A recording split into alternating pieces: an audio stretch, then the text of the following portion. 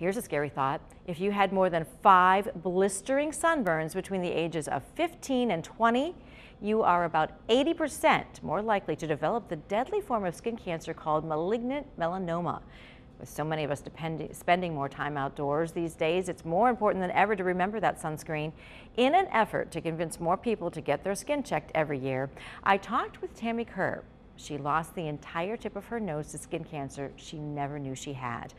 I do need to warn you though, some of the photos you're about to see could be disturbing.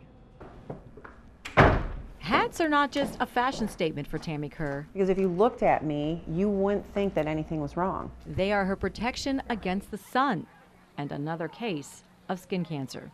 I was shocked. It was horrible. But unlike most skin cancers, Tammy didn't have any of the classic signs.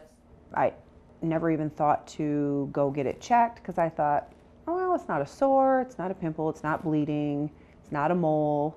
All the things that you think would be associated with skin cancer. It was just a spot on the end of her nose that could only be seen when she touched it.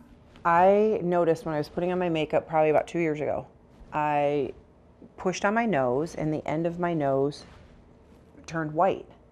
And I thought, well, that's kind of weird. I've never seen that before. Later that summer, Tammy's nose was peeling from a sunburn, and that's when she knew something was definitely wrong. And so I went to take a piece of skin off, and it took the whole chunk out, the whole end of my nose. A diagnosis revealed Tammy had a form of basal cell skin cancer and had probably had it for several years. Her doctor told her in order to get all the cancer, he would need to remove the entire end of her nose. And I freaked out about it, and I was crying. Hi, Tammy. Hi. How are you? Good, how are you? Good. Dr. William Cullen, a plastic surgeon with Elite Plastic Surgery in Grand Rapids, reconstructed Tammy's nose. The technique I chose is called a paramedian forehead flap.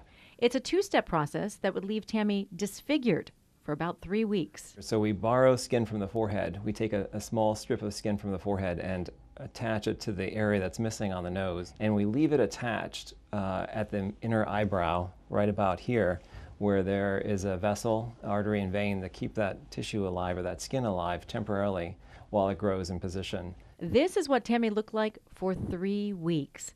After the skin made a healthy attachment to its new home, Dr. Cullen reconstructed her nose. She's in the phase now that's kind of frustrating. It takes 6 months to a year for them to really look their best. It's only been a few months since Tammy's surgery.